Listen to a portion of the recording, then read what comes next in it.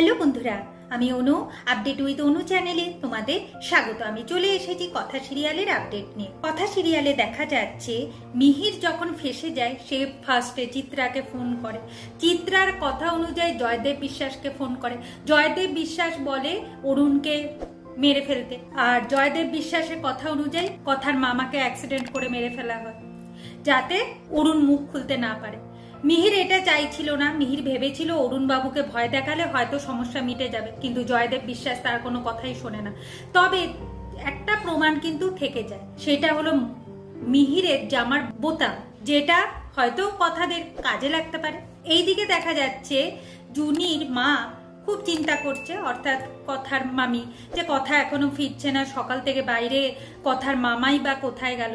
তবে কথার মামার এই অ্যাক্সিডেন্ট হওয়ার আগে কথার মামা বারবার করে কথাকে বলেছিল যে আমাকে কিছু জানাতে হবে, আমায় বাড়ি গেলে চলবে না, এটা যতক্ষণ না আমি জানাতে পারছি আমার শান্তি নেই। কথা জানতে চেয়েছিল কিন্তু মামা বলেনি। সেও মামার সাথে যেতে চেয়েছিল, কিন্তু জুতো ছিঁড়ে যাওয়ায় সে তার মামার সাথে যেতে পারে। এখন জুনি বলে কথা তো অনেকদিন পর এসেছে, বাইরে গেছে, হয়তো কারোর সাথে দেখা হয়েছে, কথা বলছে, মা তুমি চিন্তা করো না, ঠিক চলে আসবে। এরপর কথার মামি সিঁদুর পড়তে যায়, সিঁদুরটা মাটিতে পড়ে যায়। তখনই কথার মামি বুঝে যায় যে কিছু অমঙ্গল ঘটতে চলেছে।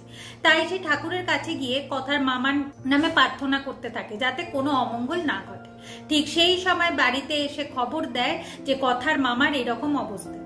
এরপর কথার মামাকে বাড়িতে নিয়ে আসা হয়। কথার মামা তো মারাই গেছে।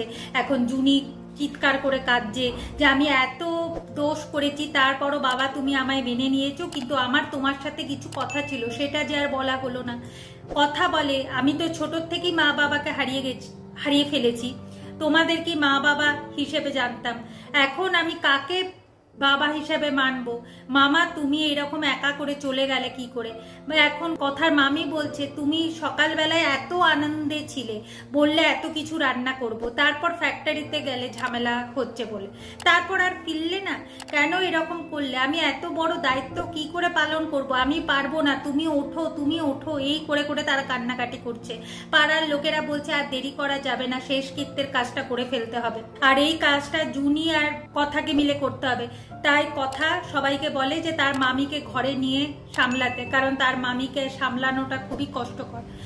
এইদিকে দেখতে পাবো যে এভিও ছুটে ছুটে আসছে কথার কাছে, কারণ সেই কথাকে খুব মিস করছে।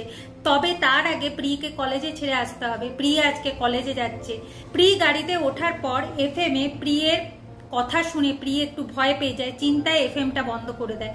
এভি বলে বাবা কতদিন পরে গান শুনছি, প্রি তুই বন্ধ করে দিলি? গোবর দেবী উঠলে তো গান শুনতেই পারি না, তাই ভাবলাম একটু গান শুনবো, তুই আবার বন্ধ করে দিলি। এর মধ্যে গাড়ি স্টার্ট হচ্ছে না। এখন এভি বলে কথা থাকলে না এখন বলতো যে কোনো অমঙ্গল ঘটতে পারে, একটু দাঁড়িয়ে যান, দাঁড়া তাহলে একটু দাঁড়িয়েই যাই। এইসব দেখে প্রি বলে যে সত্যি ব্রো, তোর জীবনটা একদম গোবরময় হয়ে গেছে এই গোবর দেবীর সাথে থেকে থেকে। ম্যান্ডি ঠিকই বলে, কিন্তু এভি এই সমস্ত কথা গায়ে লাগায় না। এখন এভি প্রিকে কলেজে নামিয়ে দিয়ে আসছে কথার কাছে। আগামী পর্বে দেখা যাচ্ছে এভি পৌঁছে গেছে গোবরডাঙ্গায় পৌঁছে দেখে যে কথার মামা আর নেই। কথা জুনি কান্নাকাটি করছে, কথা বলছে মামা তুমি আমাদের ছেড়ে কেন চলে গেলে, আমার যে আর কেউ রইলো না, আমি অনাথ হয়ে গেলাম, এই বলে খুব কাঁদছে। ঠিক সেই সময় এভি এগিয়ে আসে আর কথার মাথায় হাত রেখে প্রমিস করে যে ভাত কাপড়ের দায়িত্ব সে নিতে চায়নি, আজকের থেকে এভি কথার ভাত কাপড়ের দায়িত্ব নিচ্ছে। এইটা শুনে কথাও অবাক হয়ে যায়। এইভাবেই আজকের পর্বটা শেষ হয়ে যাচ্ছে। আশা করি আজকের পর্বটা তোমাদের ভালো লাগবে। ভিডিওটা দেখবার জন্য আর আপডেট উইথ অনু চ্যানেলের পাশে থাকবার জন্য অসংখ্য ধন্যবাদ।